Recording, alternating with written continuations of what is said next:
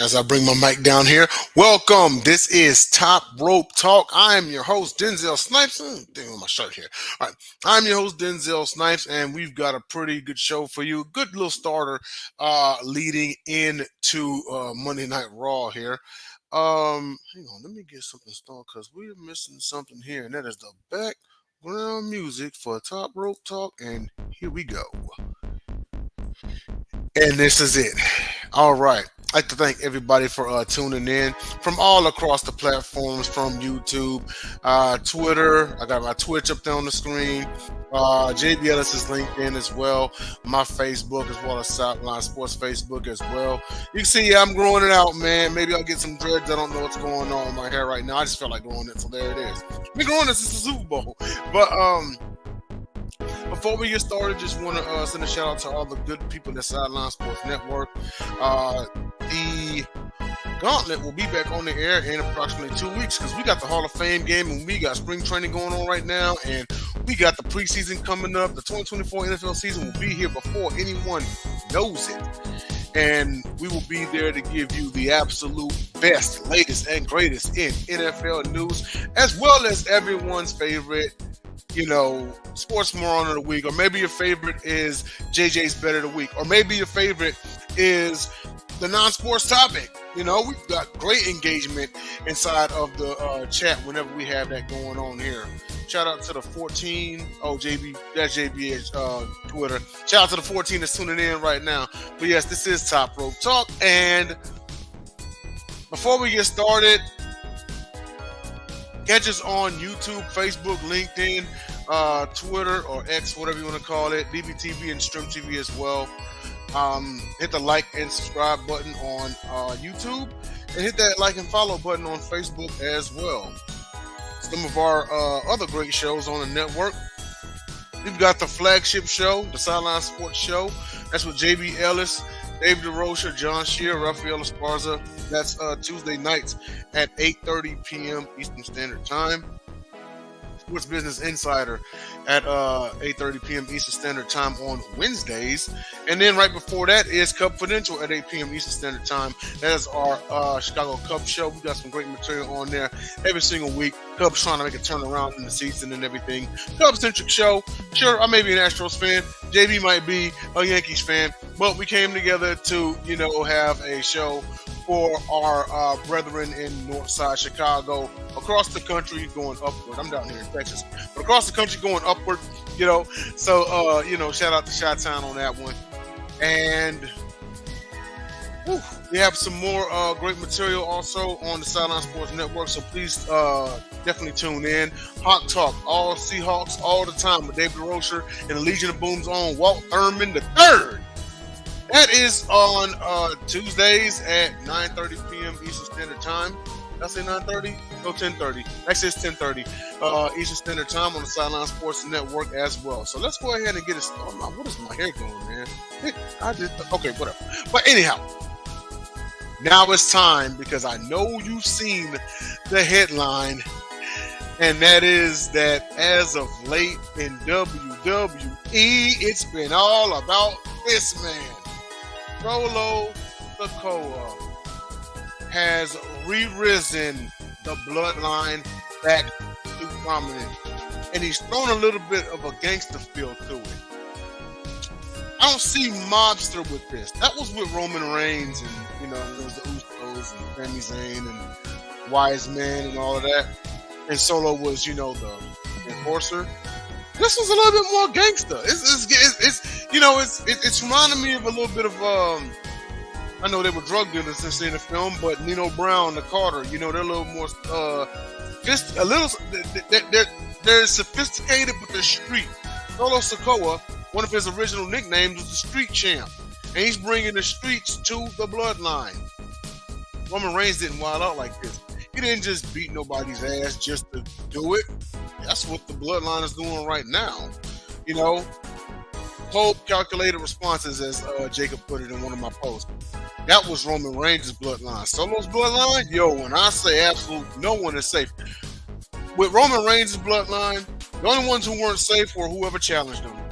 Whereas with this one, it's absolutely any and everybody who is not safe. I don't know if it's just gonna take Cody Rhodes. I don't know if it's even just gonna take Cody Rhodes and KO and Randy Orton. There's gonna have to be some people behind him. I've got some theories. I'll share that with you in a minute, or maybe I may save it to another episode. Maybe next week's episode, which will be the SummerSlam preview. Maybe I'll save my sentiments until then. But all I can tell you is this man has got the WWE back on notice. He's got the tribal chief beads on. He's got the black blazer with the death row red button up underneath it, you know. And where's Jimmy? Where's Jimmy? Jimmy's due back at any time now. I think last we talked, he had his knee procedure done, but I figure between now and Survivor Series, he's due back. I think he's going to be back a little sooner than that. Or maybe I'll save that for the SummerSlam preview episode. Let's get on to some news real fast. I don't want to take up too much of y'all's time before, Raw comes on. So we're going to go on to our WWE Raw. Hang on, let me take that banner down. Okay, we're going to go on to our WWE Raw results from July the 15th. How do you like that? Rhea Ripley is back. She officially challenged Liv. And Dom is now known as, he went from Dirty Dom to Doghouse Dom. Priest and Gunther had a face-to-face, and they were going to sign the match for SummerSlam for McIntyre Punk, but McIntyre just could not bring himself to apologizing to the officials. So he's still suspended. I believe Punk is actually due tonight on Raw, but we'll see that,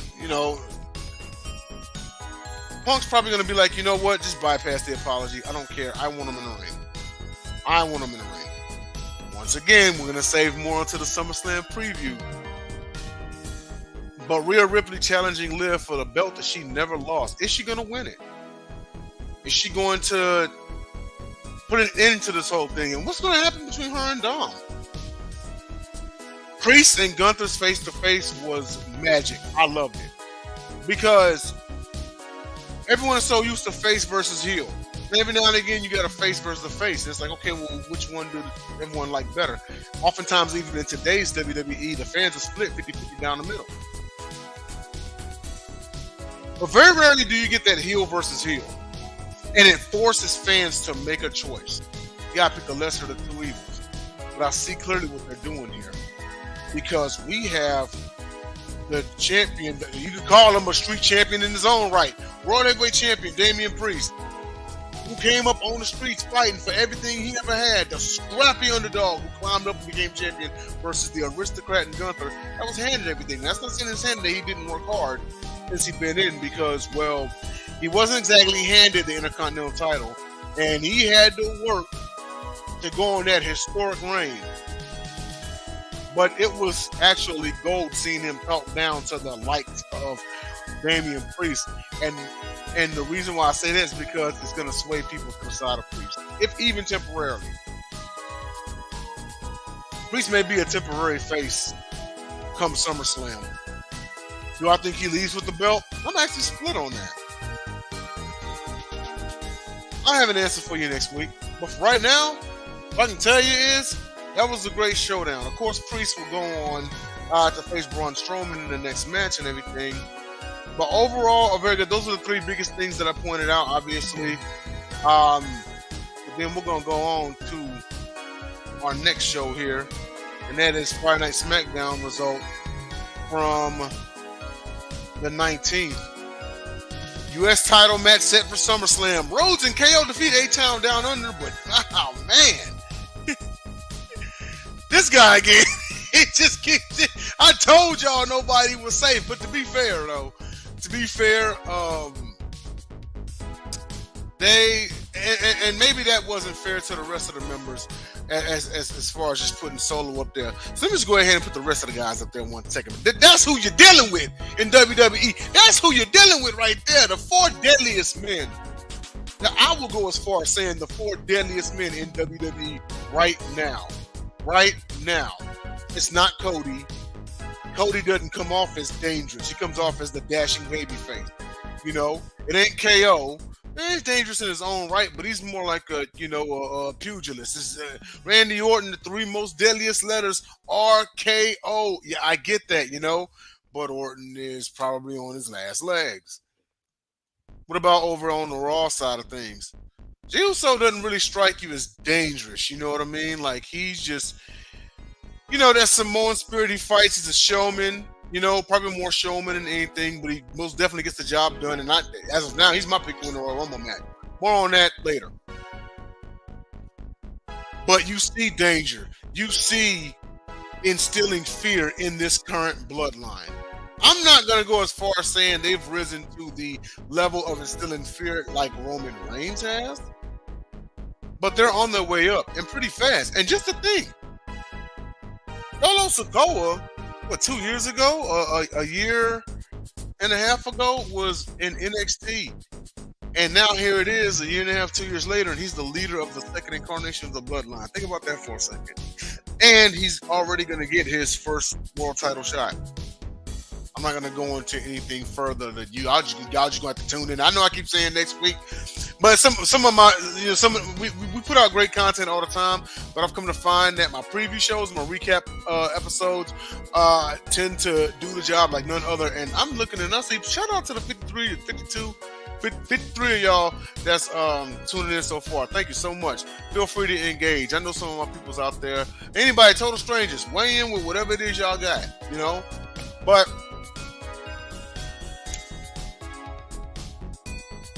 moving away from the bloodline for a second. So the United States Championship match has been set. It will be U.S. Champion Logan Paul defending against LA Knight. LA Knight had to dig it out of him. Currently, LA Knight owns Logan Paul. He's won the last 2 against him. And Logan Paul, he can't parade himself around like he's the man unless he beats LA Knight. Now, me personally, I think this is it. I think LA Knight's finally going to do it. I think he's finally going to. You've heard me say it before, and I get it, but no, I believe this time it's right. This time it's right that LA Knight is going to win the United States Championship. You can book it. He's going to win the U.S. title. But it may be a short title reign because he just may lose it to this man. Or maybe he'll be WWE champion. I don't know. Y'all gonna have to tune in, later on to catch some of my material. I'm trying my best not to go ahead right now and say things that I should be saying next week, and then you just hear a repeat of like everything, right? So, with that being said, no, LA Knight, I think is gonna do it this time, but more on that, a little bit later on. Overall, a solid SmackDown. I think Bleach Report rated it a C. I would say it was a B, Monday Night Raw, I think Bleach Report rated it a B. I think it's right about right there. I would maybe even say B+, But is Rhodes in trouble at SummerSlam? I don't think so. I think Rhodes is... I'm going to just put it to you like this, and I'll leave you in suspense. I think Rhodes is going to retain the title at SummerSlam, but damn if Solo ain't going to give him a fight. Rhodes is going to retain, but it won't be clean. It's going to be outside interference. Maybe I put a post up on Wrestling Discussions. Find us at Wrestling Discussions on Facebook. It's a wrestling group. Been going on for the last 10 years. Awesome people. Engagement is gold. And also, we do live threads in there for Raw, SmackDown, NXT, AEW, premium live events, AEW pay-per-views, NJPW, TNA, you name it. So find Wrestling Discussions and definitely get with us in there. Just all you gotta do is just answer the pre-questions. That's all we ask. Favorite tag team, where you come from, whatever it is I put. But answer the pre-questions just so we know that you're real and not a bot or anything like that. And yeah, sure, we'll let you in.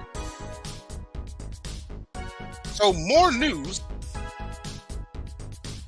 on the AEW world. Well, MJF beat Ospreay on episode 250 of Dynamite to become the new AEW International Championship in a match that was that close from being an hour long. 2 seconds away from a time limit draw, and MJF got the pinfall after hitting Ospreay with the Super Bowl, the fat ass Super Bowl ring he be fucking wearing. But yeah, he won. Nice to see MJF with a belt again. Nice to see MJF as a heel again. The only thing that I don't like is how he just completely bypassed the whole Adam Cole turned on me and cost me the world title deal.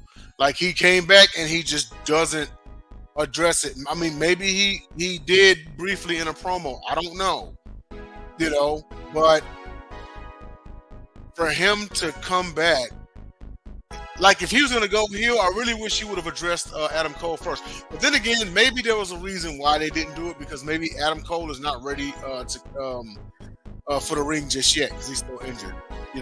But and they had to have, okay, I get that. You know what I mean? Maybe sometime next year they'll rekindle it. I'm pretty sure the intent was this year, but Adam Cole probably wasn't ring ready just yet. But even still, you could have MJF come back and run through the Undisputed Kingdom and still swear revenge on Adam Cole. Because I'm going to tell you like this. If they screw up down the line and they have Adam Cole get cool with him again as a heel, that's going to make zero sense. Because MJF didn't address it. You know what I'm saying? Not the way that he should have. Not the way that he really wanted to.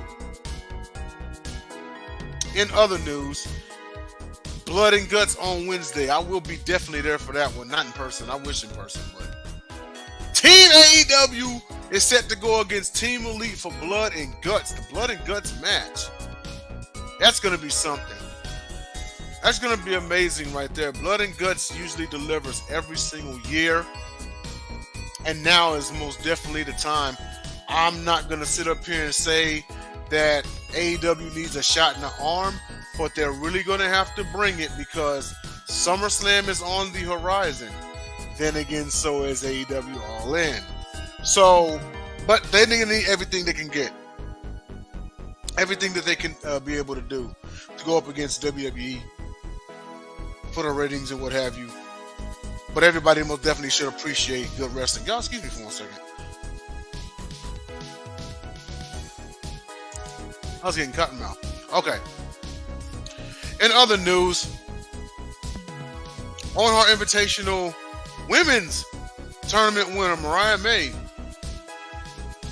who turned against her long-term mentor, AEW World Women's Champion Toni Storm, and that is set for All In. Mariah May, she's from England herself, that Mariah May's going to win. She's going to win. That Mariah May that we saw right after that match, I had never seen Toni Storm get done like that. And I wouldn't be shocked if that match was one-sided. I would not be shocked if that match was one-sided. This is a side of Mariah May we have never seen before. Mariah May is going to leave London with the title. She'll leave England with the championship. Usually we have a finisher DQ. We didn't have one this time around, but I'll tell you what. You tune in next week. SummerSlam is... You know what? SummerSlam is in 2 weeks. But you know what? If all the matches have been signed, I still just may do a SummerSlam preview episode. I may even split it in half because it's one of the big five. I may do a preview episode part 1 and then do a part 2 the next Monday. So pay attention to the card. But meanwhile, thanks to everybody who tuned in. I know it was just me flying solo dolo. We're going to try to have Billy Cruz on next week. Maybe even Jacob Kushner, Tyler Ingram. Maybe even Rafael Esparza. I was trying to think of the name. Rafael Esparza. Sorry, buddy. Thanks to everybody who tuned in for another episode of Top Rope Talk. We will see you all next weekums.